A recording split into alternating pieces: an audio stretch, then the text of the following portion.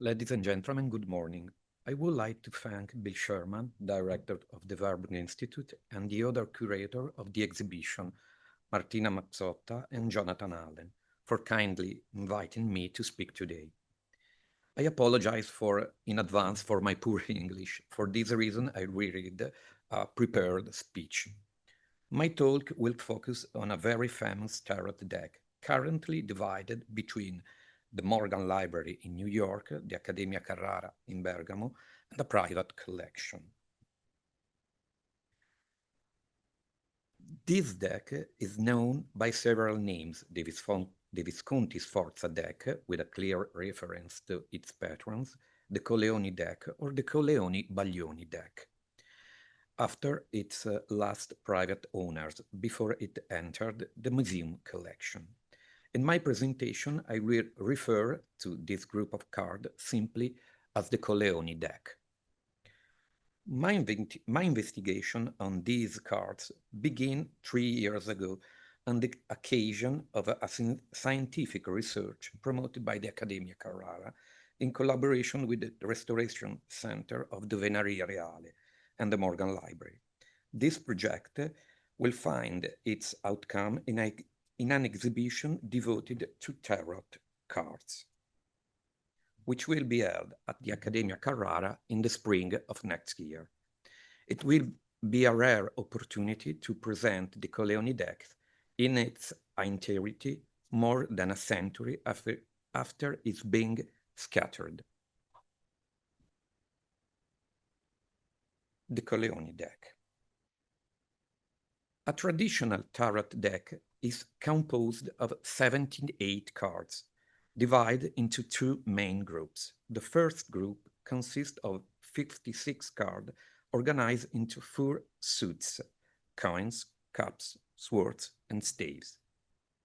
Each suit includes the then numbered cards, known as numerals, and 4 court cards referred to as honors: knave, knight, queen, and king. The second group is made up of 22 illustrated cards depicting human and animal figures of symbolic significance. These were known in the 15th century as triumph, and from the early 16th century on, they came to be called the tarots or major arcana. The Colleoni deck has 74 cards.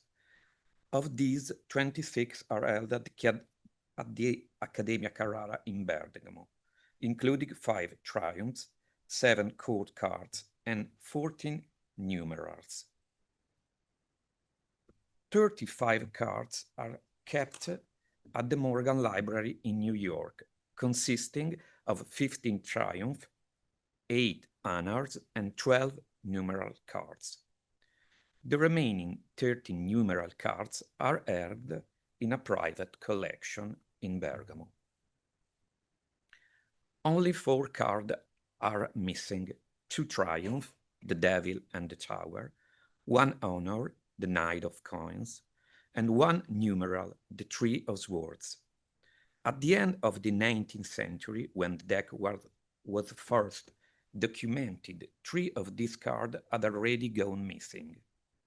The whereabouts of the 3 of swords are unknown after 1903. Though not complete, the Colleoni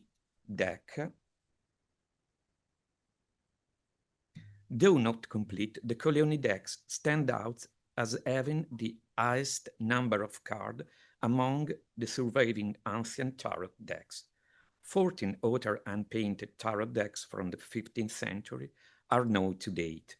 In many cases, only a few cards from each set have survived. In other cases, there are larger group of cards, such as the Visconti di Modrona tarots at the Beinecke Library at Yale, 67 cards, or the Brambilla tarots at the Pinacoteca di Brera in Milan, 48 cards, but only 2 triumphs.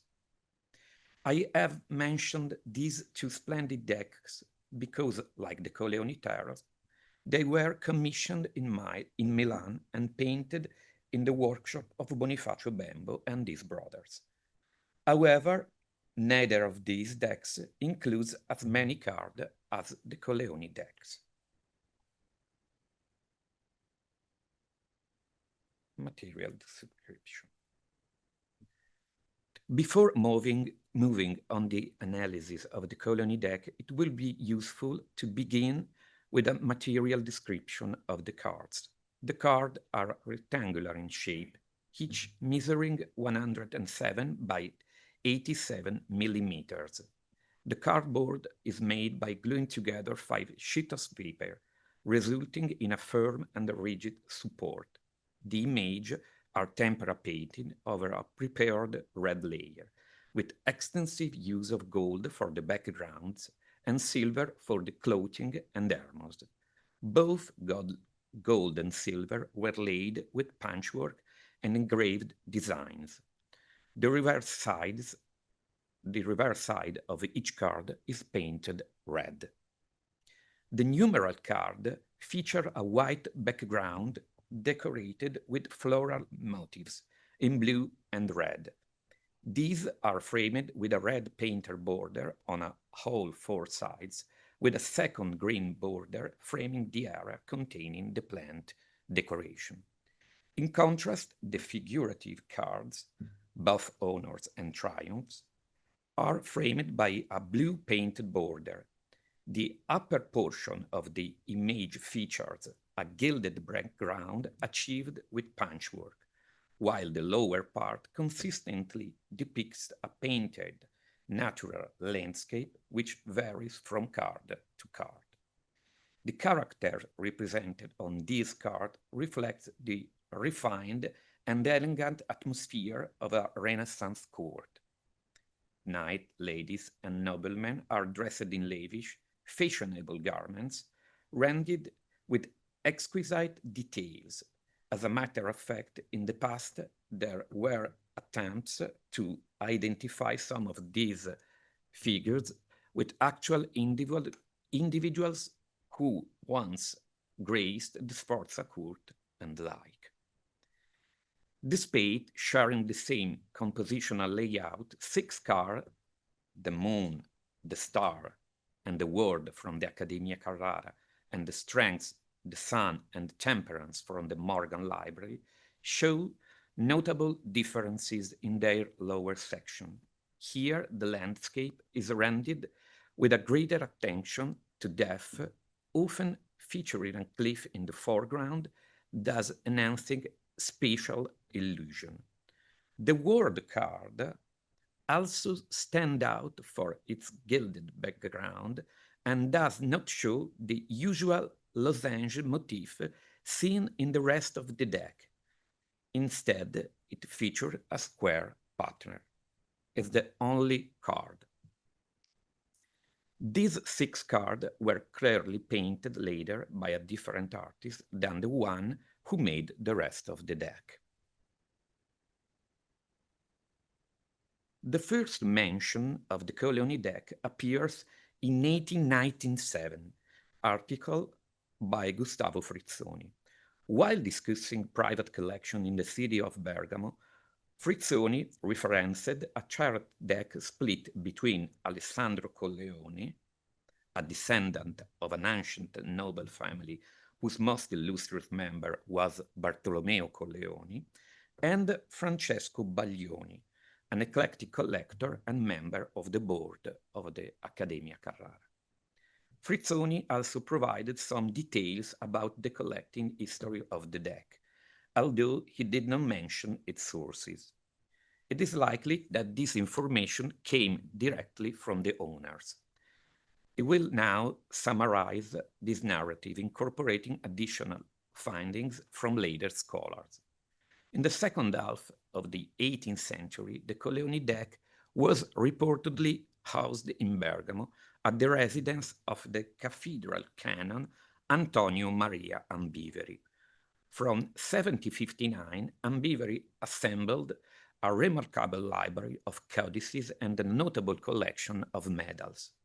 A brief description of the Ambiveri Museum located in the family palace in Bergamo, appeared in the Corriere Letterario in July 1767, though it did not mention any specific identifiable works, nor notably the tarot cards. Upon Antonio Maria Ambiveri's death in 1782, the collection was inherited by his younger brother Ferrante. When Ferrante died in 1794 and the Ambiveri lineage came to an end, the collection was inherited by the Donati family, where it remained for over 50 years. The cards were eventually left by Fantino Luigi Donati, who died childless in 1868 to his nephew Alessandro Colleoni.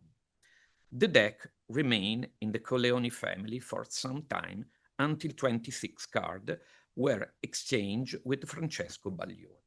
In return, Colleoni received some works of art, including the portrait of Cecilia Colleoni by Fra Galgani.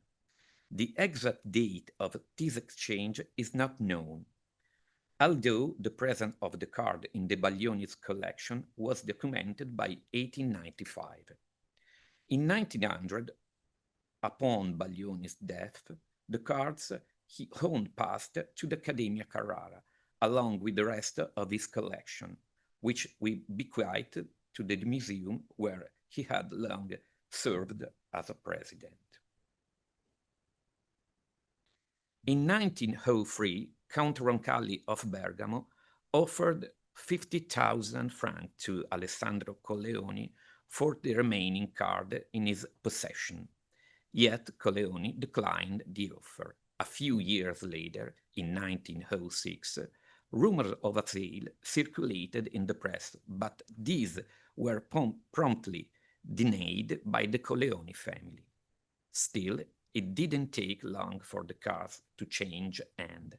In 1911, 35 of the 48 remaining cards were sold by the Parisian firm Hamburger Frere to the American financier John Pierpont Morgan. Morgan had little time to enjoy his new acquisition. He suddenly died in Rome in 1913. The cards then passed to his son, John Pierpont Morgan Jr., and since 1924 have been housed in the library and the museum established in accordance with his father's wishes.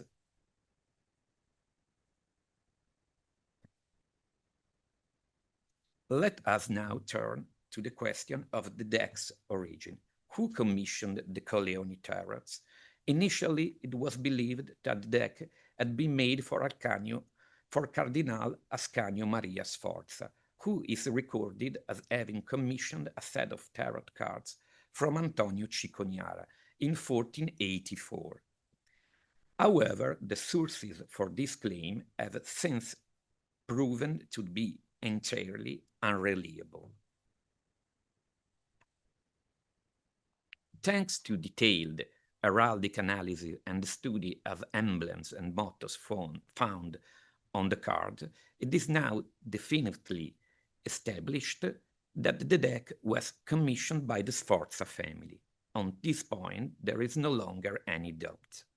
The research of Gertrude Moakley and Sandrina Bandera has been especially instrumental in tracing the Colleoni deck to Francesco Sforza, Duke of Milan, from 1450 to 1466. The cards can be seen as a kind of visual anthology of the heraldry of the Visconti and their successor, the Sforza. For example, the emblem of the radiant sun appears throughout the deck, on the circle representing the suit of coins, and the lozenge-shaped punchwork that dominates the backgrounds of many honor and triumph cards. The emblem of the Piumai, a duke crown with a laurel branch on one side and a palm on the other, is visible on the gilded tunics of both the emperor and the empress. Sorry. The mottos A Bon Droit and Amor Mio appear on many of the numeral cards. One particular distinctive device, 3 crossed rings, appears on the robes of the emperor and the empress. This emblem is closely associated with Francesco Sforza, who adopted it in 1450, the year he triumphantly entered Milan. He later granted the right to use it to select Milanese patrician families who had supported him. Thus, the year 1450 can be considered a terminus post quem, the earliest possible date for the deck's production. Yet the question of the deck's intended destination remains open to scholarly debate. Recently, Thierry de Paulis and Roberta Del Moro have suggested an intriguing hypothesis. They argue that the red and silver coat of arms appearing on the Ace of Coins and the Knight of Wands, as well as the lion in profile on the shield of the King of Swords, should be interpreted as the arms of the Venetian Bon family and as a lion of St. Mark, an unmistakable reference to Venice. According to this theory, while the deck was commissioned by Francesco Sforza, it may have been intended as a gift for a member of the Bon family. Roberta Del Moro has even suggested specific candidates: Niccolò Bon and his son Alessandro. Niccolò served as a podestà of Bergamo between 1457 and June 1458. Alessandro succeeded him and held the office until 1460. This theory is certainly compelling. The dates it implies align well with stylistic evidence, and it may also help explain how the cards eventually surfaced in Bergamo, in the Ambiveri collection in the mid-18th century. Who was the artist behind the Colleoni deck? When the cards were first published in 1897, Gustavo Frizzoni suggested a comparison with the frescoes in the chapel of Queen Teodolinda in Monza, painted between 1441 and 1446 by members of the Zavatari family. A turning point in the debate came in 1928, when Roberto Longhi, while making an important early reconstruction of Bonifacio Bembo's career, attributed the deck to the Lombardy painter's early years. Longhi's attribution gained growing acceptance, and it is now widely supported by the scholars community. The refined and sumptuous courtly world depicted in the Colleoni deck closely mirrored the aesthetic seen in two other tarot decks attributed to Bonifacio Bembo and his workshop, the Visconti di Modrone tarots and the Brambilla tarots, painted a few years earlier. Similar qualities are also present in exquisite illustration of the Manuscritto Palatino 556, preserved in the Biblioteca Nazionale Centrale in Florence and dated around 1446.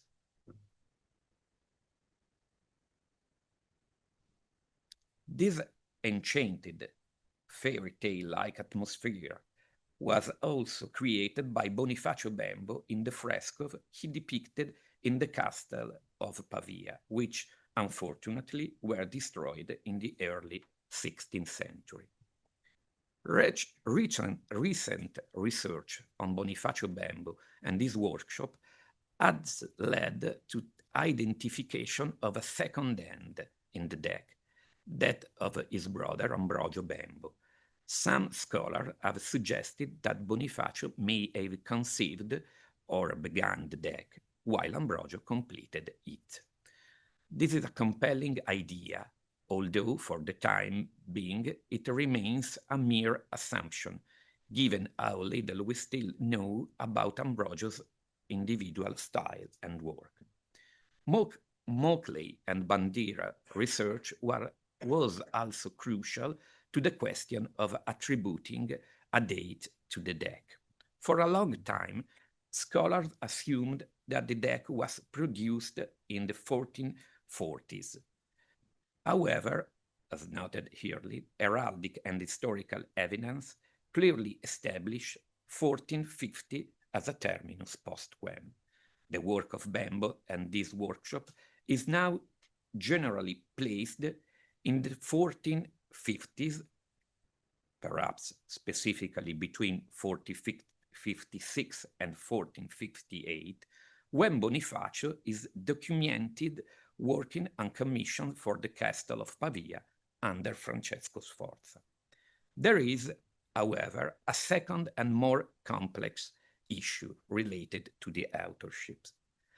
As previously noted, alongside the majority of cards now being attributed to Bonifacio Bembo and this workshop, the deck also include a distinct group of 6 cards, clearly executed later by a different artist. These are the Moon, the Star, and the World from the Accademia Carrara, and the Strength, the Sun, and Temperance from the Mongar Library. The presence of this second hand was recognized by Frizzoni as early as 1897, but it was Pietro Toesca who first studied the issue in depth, attributing this 6 card to Antonio Ciconiara of Cremona in 1912. His proposal has been widely accepted with most scholars, dating this work to around 48. That said, alternative hypotheses have not been lacking. Michael Dammet was among the first to challenge Ciconiara's authorship. He initially suggested an anonymous artist, possibly from Ferrara, and later proposed Benedetto Bembo, Bonifacio's brother. Ulrike Bauer-Heberhardt, building on the Ferrara idea, introduced the name of Franco de Russi, a miniaturist active between Ferrara, Venice, and Urbino. This attribution has recently been supported by Thierry de Paulis and Roberta del Moro, who date the 6th card between 1465 and 1470, when Franco de Russi is documented to have been in Venice. I will not dwell on the question of attribution here. Both artist catalogs remain incomplete, and the issue will require a much longer discussion. My personal view is that Ciconiara attribution still appears the most convincing one. He is documented as being active in Cremona from 1480 onward, and also worked as a manuscript miniaturist. Furthermore, the similarities between the Colleoni Triumph and the Pala altarpieces in a private collection in Ferrara, signed and dated 1419 by Ciconiara, remain persuasive. Only final question remains. Why were these 6 cards added several years later by a different artist? Several hypotheses have been put forward. It has been suggested that this card may have replayed the damaged or missing original, or that the deck's production was interrupted and resumed later. I would caution against this second theory, as it implies that the deck remained incomplete and therefore unusable for an extended period. A more recent theory offers a different explanation. Some scholars have suggested that the deck originally contained only 14 triumphs, rather than the 22 found in modern tarot decks, along with the standard 56 suit cards. This will bring the total to 70 cards, not 78. According to this view, the 6 later cards were added to bring the deck in line with evolving game-playing conventions. This is an intriguing idea and may provide a logical explanation for the unusual composition of the Colleoni deck. It's important to remember that the tarot structure were not yet fully standardized in the 15th century. In the Visconti di Modrone deck, for instance, the court cards, or honors, did not follow the familiar pattern of 4 per suit, king, queen, knight, knave, but likely numbered 6 per suit, king, queen, knight, lady on a horseback, knave, and maidservant, for a total of 24. Archival sources from Carrara further confirm that some early decks had only 14 triumphs. In January 1441, the Ferrarese painter Jacopo Sagramoro was paid for 14 figures painted on paper to be sent to Bianca Maria Visconti. Even more conclusive is a 1457 record that refers to Maestro Gerardo da Vicenza, who had painted 2 tarot decks that is composed of 70 cards for play, che sono 70 carte per gioco, says the original text. At present, the surviving decks and archival documents do not allow for definitive answer to this and other questions. The value of the Colleoni decks lies not only in its extraordinary craftsmanship and preservation, but also in the tantalizing glimpse it offers in the history that may otherwise go unnoticed.